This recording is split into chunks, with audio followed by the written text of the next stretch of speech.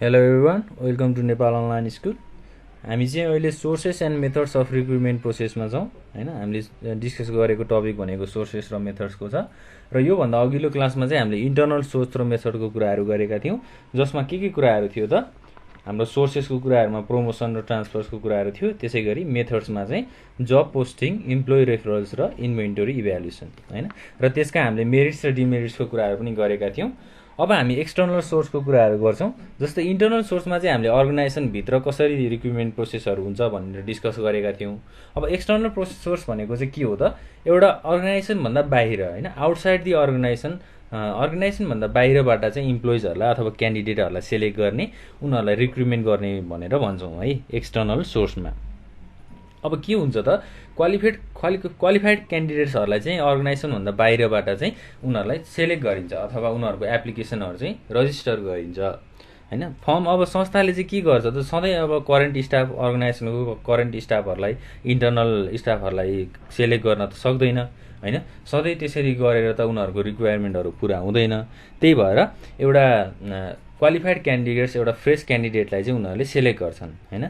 अब भ्याकेन्ट पोजिसनहरू हुन्छ, भ्याकेन्सी अनाउन्समेन्टहरू हुन्छ, त्यो प्रोसेसबाट क्यान्डिडेटहरूले उनीहरूको इन्फर्मेसनहरू अथवा उनीहरूको फर्म फिलअप गर्छन् र रिक्रुटमेन्ट प्रोसेस चाहिँ अगाडि बढ्छ। अब एक्सटर्नल सोर्समा जाउँ। पहिला एक्सटर्नल सोर्सभित्र चाहिँ के छ त, पहिला सुरु वाक इन्स भन्छ, walk ins or direct source. Direct source भनेको चाहिँ के हो त, यो सोर्सभित्र चाहिँ के हुन्छ त, the potential candidates visit office of the company भनेको त्यो अर्गनाइजेसन अथवा कम्पनी जसलाई भ्याकेन्सी चाहिएको छ, जसलाई क्यान्डिडेटहरू चाहिएको छ, क्यान्डिडेटहरू चाहिँ आफै भिजिट गर्छन् त्यो अफिसमा जब एप्लाई गर्नको लागि होइन। के हुन्छ त, अब अनस्किल्ड र सेमी स्किल्ड वर्कर्सहरू अथवा supervisors are the candidates for walk-ins भनेको अनस्किल पनि हुन सक्छन्, सेमी स्किल पनि हुन सक्छन् होइन। त्यसै गरी सुपरभाइजर्सहरू पनि हुन सक्छन्, जुन चाहिँ एउटा क्यान्डिडेटको रूपमा चाहिँ जान्छन् अर्गनाइजेसनमा होइन। अब यो चाहिँ के हो त, एउटा relatively informal and less expensive method भनेको एउटा इन्फर्मल र धेरै महँगो होइन, लेस एक्सपेन्सिभ मेथड हो एक्सटर्नल रिक्रुटमेन्टको। Walk in or direct source के हुन्छ त, क्यान्डिडेटहरू चाहिँ अर्गनाइजेसनमा आफै भिजिट गर्छन् भनेर भनेको छ। त्यसै गरी सेकेन्ड नम्बरमा के भन्न सकिन्छ, इम्प्लोइ एजेन्सिज। अब इम्प्लोइज एजेन्सी भनेको चाहिँ के हो त, this source of man power supply is concern with indirect recruitment भनेको एजेन्सिजहरू हुन्छन्, जस्तै प्राइभेट र पब्लिक सेक्टरहरूमा उनीहरूले चाहिँ रन गरिरहेको हुन्छ एजेन्सीहरूलाई, र त्यो एजेन्सीबाट चाहिँ इम्प्लोइजहरूलाई चाहिँ अब अर्गनाइजेसनहरूमा रिक्रुट गर्ने अथवा अर्गनाइजेसनहरूमा पठाउने। जस्तै मैले योभन्दा अघिल्लो क्लासमा चाहिँ एउटा इक्जाम्पल दिएको थिएँ सिक्युरिटी गार्डको कुराहरू। जस्तै सिक्युरिटी गार्ड हामीलाई चाहियो भने चाहिँ अब सिक्युरिटी गार्डको एउटा एजेन्सी हुन्छ, त्यो एजेन्सीको माध्यमबाट चाहिँ सिक्युरिटी गार्डहरूलाई के गरिन्छ त, ठाउँ ठाउँमा चाहिँ प्लेसमेन्ट गरिन्छ। जस्तै अब कलेजहरूमा हामीले सिक्युरिटी गार्डहरू देख्छौँ, सिक्युरिटी गार्ड दाइहरू देख्छौँ होइन, अब म्याडमहरू देख्छौँ। उनीहरूलाई चाहिँ के गरेको हुन्छ त, एउटा एजेन्सीको माध्यमबाट चाहिँ कामहरू गराइएको हुन्छ होइन, अथवा उनीहरूलाई रिक्रुटमेन्ट गराइएको हुन्छ। त्यो चाहिँ एउटा इम्प्लोइ एजेन्सीको बारेमा चाहिँ यसरी हामीले बुझ्न सक्छौँ। त्यसै गरी थर्ड नम्बरमा के छ त, indirect source.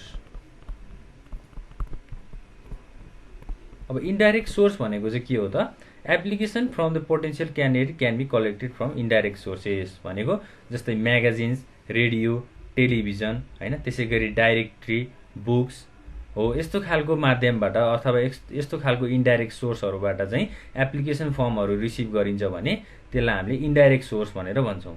Information to the candidates can be provided through advertisement. अब क्यान्डिडेट्सहरूलाई चाहिँ कसरी इन्फर्मेसन पुऱ्याइन्छ त, एउटा एडभर्टाइजमेन्टको माध्यमबाट, र अरू थुप्रै सोर्सहरू पनि हुन सक्छन्, त्यसको कुराहरू पनि छँदैछ होइन, इन्डाइरेक्ट सोर्सहरू भन्छ। ल, यो चाहिँ भयो एक्सटर्नल सोर्सको कुराहरू। अब हामी जान्छौँ एक्सटर्नल मेथड्समा।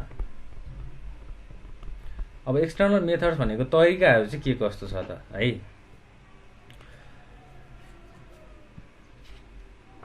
जस्तै अब फर्स्टमा डाइरेक्ट रिक्रुटमेन्टको कुराहरू छ। डाइरेक्ट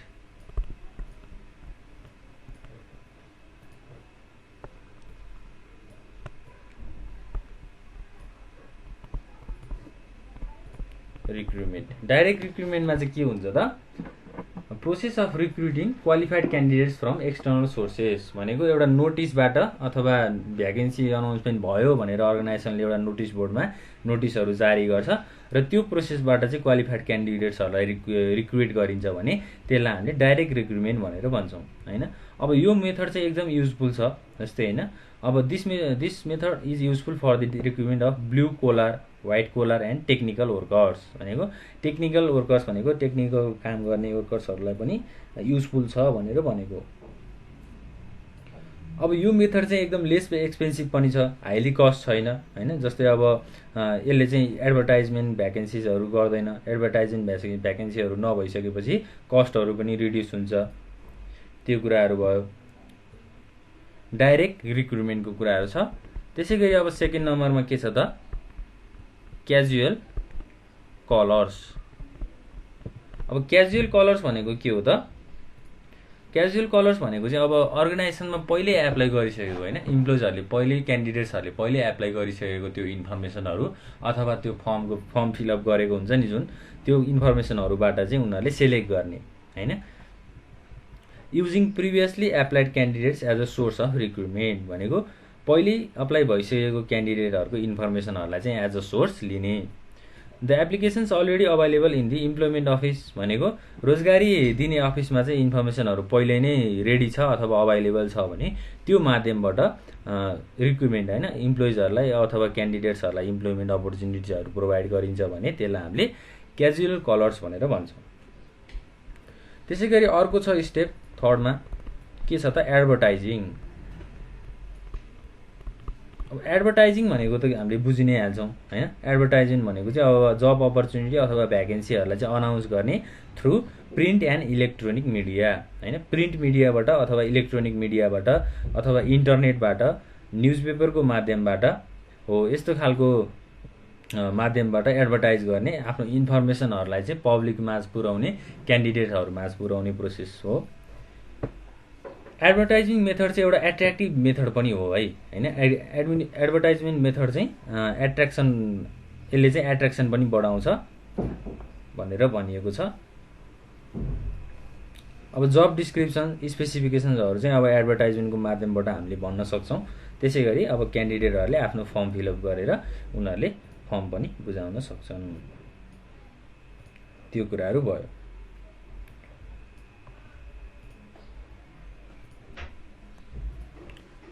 अब त्यसै गरी यसमा अब फोर्थ नम्बरमा आउन सक्छ इम्प्लोइमेन्ट एजेन्सिज, जुन हामीले अघिल्लो हाम्रो इन्डाइरेक्ट हाम्रो एक्सटर्नल सोर्समा पनि कुरा गरिसकेका छौँ, इम्प्लोइमेन्ट एजेन्सिजको कुराहरू होइन।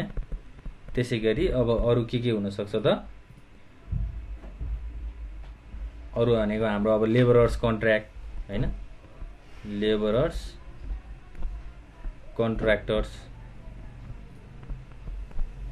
त्यसै गरी अरू भनेको अब रिकमेन्डेसन्स हुनसक्छ, रिकमेन्ड गर्ने, यो कुराहरू चाहिँ हाम्रो एक्सटर्नल मेथडभित्र आउँछ। ल अब हामीले एक्सटर्नल सोर्स अथवा एक्सटर्नल मेथडको चाहिँ मेरिट्सको कुराहरू अथवा फाइदाको कुराहरू हेरौँ। मेरिट्समा फर्स्टमा के आउँछ त, क्वालिफाइड पर्सनेल। क्वालिफाइड पर्सनेल, अब क्वालिफाइड पर्सनेल भनेको के हो त, external sources of recruitment provide a pool of talented candidates भनेको फ्रेस क्यान्डिडेटहरू हाम्रो एक्सटर्नल सोर्सले त के गर्छ त, अर्गनाइजेसनभन्दा बाहिरको फ्रेस क्यान्डिडेटहरूलाई सेलेक्ट गर्ने हो। अब फ्रेस क्यान्डिडेटहरूमा चाहिँ के हुनसक्छ त, ट्यालेन्टहरू स्किलहरू धेरै हुनसक्छ होइन। अब ट्यालेन्टेड क्यान्डिडेट्स अथवा फ्रेस क्यान्डिडेटहरूलाई हामीले अर्गनाइजेसनमा रिक्रुट गरिसकेपछि के हुन्छ त, it introduces new blood in the organization भनेको अर्गनाइजेसनको काम गर्ने क्षमता, अर्गनाइजेसनको काम गर्ने त्यो जुन शैली हुन्छ नि त्यो पनि कम्प्लिटली चेन्ज हुनसक्छ। त्यसै गरी सेकेन्ड नम्बरमा जान्छौँ हामी, वाइडर चोइस। वाइडर चोइस भनेको के हो त, धेरै खालको अब सेलेक्सन गर्ने प्रोसेसहरू एकदमै फ्लेक्सिबल हुनसक्छ होइन। अब क्वालिफाइड क्यान्डिडेट्सहरू धेरै अभाइलेबल भइसकेपछि के हुन्छ त, त्यहाँ सेलेक्सन गर्नको लागि सजिलो हुन्छ। It becomes more competitive in choosing the, wider चोइसहरू भइसकेपछि क्यान्डिडेटहरूलाई सेलेक्सन गर्न पनि अब मोर कम्पिटेटिभ हुन्छ अथवा च्यालेन्जिङ हुन्छ भनेर भनेको छ। तर वाइडर चोइस भनेको चाहिँ के हो त, धेरै मध्ये चाहिँ अब सेलेक्सन गर्ने होइन।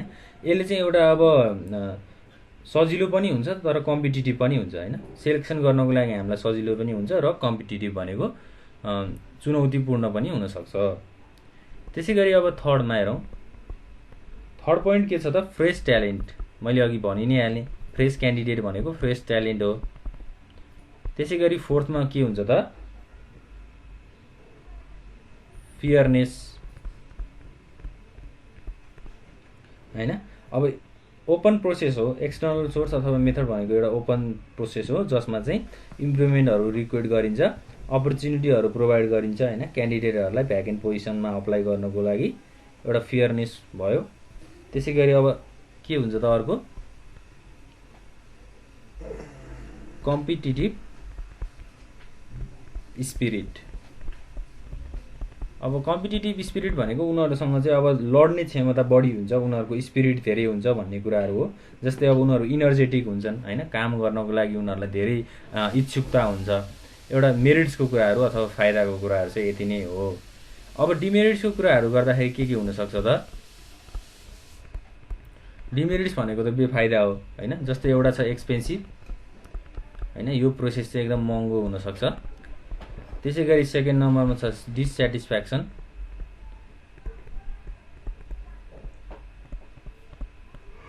अब डिसस्याटिस्फ्याक्सन भनेको कसलाई हुनसक्छ त, अब अर्गनाइजेसनको इम्प्लोइजहरू होइन, अर्गनाइजेसनभित्र भएको इम्प्लोइजहरूलाई चाहिँ उनीहरू डिसस्याटिस्फाई हुन सक्छन् अथवा जेलसी फिल गर्न सक्छन् नयाँ क्यान्डिडेट आयो भनेर। त्यसै गरी थर्ड नम्बरमा छ लङ प्रोसेस। एक्सटर्नल सोर्स अथवा एक्सटर्नल मेथड भनेको चाहिँ एउटा लामो प्रोसेस हो भनेर भन्न सकिन्छ। जस्तै अब कस्तो खालको कामहरू गर्नुपर्छ त यसमा, पहिला सुरु त भ्याकेन्सी अनाउन्समेन्ट गर्नु पर्यो, त्यसपछि एप्लिकेसनहरू कलेक्ट गर्नु पर्यो होइन, एप्लिकेसन फर्महरू कलेक्ट गरिसकेपछि त्यसलाई रिभ्यू गर्नु पर्यो, त्यसलाई इभ्यालुएसन गर्नु पर्यो र लास्टमा के गर्नु पर्यो, सेलेक्सन गर्नु पर्यो। यो भनेको एउटा लङ प्रोसेस हो, लामो प्रोसेस। त्यसै गरी फोर्थ नम्बरमा छ अब के हुन्छ त, एड्याप्टेबिलिटी प्रब्लम भनेको अब नयाँ क्यान्डिडेटहरू फ्रेस क्यान्डिडेटहरू आइसकेपछि के हुन्छ त, यहाँ एड्याप्टेसनको चाहिँ प्रब्लमहरू आउन सक्छ होइन। अब उनीहरू नयाँ इन्भाइरोमेन्टमा आइसकेपछि अब त्यो इन्भाइरोमेन्टमा उनीहरूले एड्याप्ट गर्न टाइम लाग्छ होइन, त्यस्तो खालको प्रब्लमहरू पनि आउन सक्छ। यो कुराहरू चाहिँ हाम्रो डिमेरिट्समा आयो। ल अब हामीले अरू कुराहरू के गर्नु पर्यो त, अब डिफ्रेन्सेसको कुराहरू पनि गरौँ। Difference between internal and external recruitment. External र इन्टर्नल रिक्रुटमेन्टको चाहिँ डिफ्रेन्सहरू के कस्ता छन्। जस्तै अब इन्टर्नल रिक्रुटमेन्टको कुराहरू गर्दाखेरि के छ त,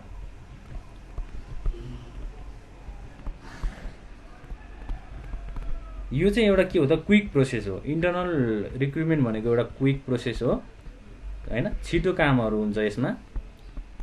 र एक्सटर्नल रिक्रुटमेन्ट भनेको चाहिँ के हो त,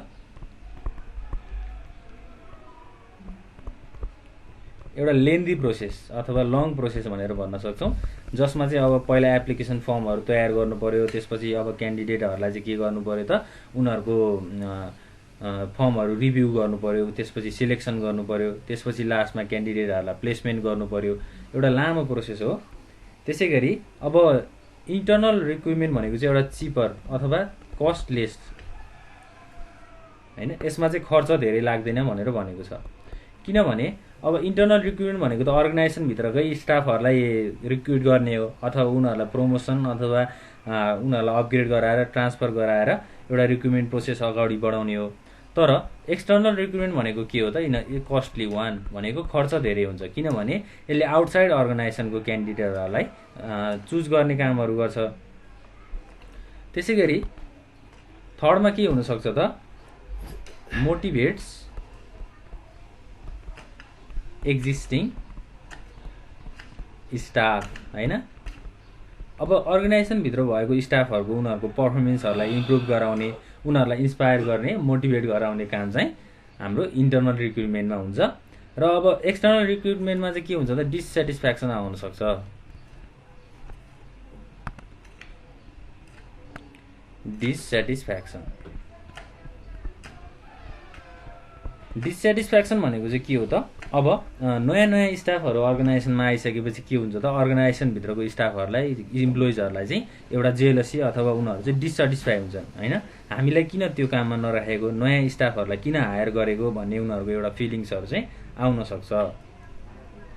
अब इन्टर्नल रिक्रुटमेन्टमा चाहिँ लिमिटेड चोइस हुन्छ होइन। लिमिटेड चोइस भनेको के हो त? There will be limited choice of candidates भनेको क्यान्डिडेट्सहरूले धेरै फ्याक्टर्सहरू चाहिँ चुज गर्न पाउँदैनन्। तर अब के हुन्छ त, एक्सटर्नल रिक्रुटमेन्टमा चाहिँ वाइडर चोइस।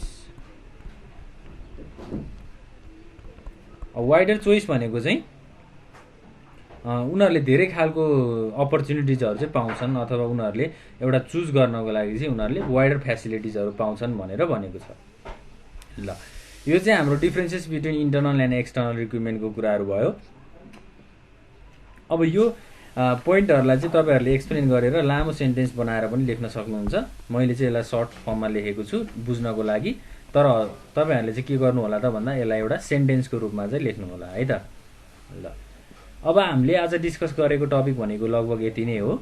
हामीले के कुराहरू डिस्कस गऱ्यौँ त? एक्सटर्नल सोर्स एन्ड मेथड्सको कुराहरू गऱ्यौँ होइन। एक्सटर्नल सोर्स भनेको के थियो र एक्सटर्नल मेथड भनेको के थियो त्यो कुराहरू गऱ्यौँ।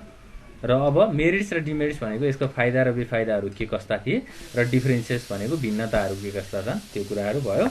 अब नेक्स्ट क्लासमा चाहिँ हामी के कुराहरू डिस्कस गर्छौँ त भन्दा सेलेक्सन होइन। नेक्स्ट क्लासमा चाहिँ सेलेक्सनको कुराहरू गर्छौँ। हामीले अहिले रिक्रुटमेन्टको कुराहरू गरिरहेको थियौँ, सेलेक्सन कसरी गरिन्छ त्यो कुराहरू गर्छौँ।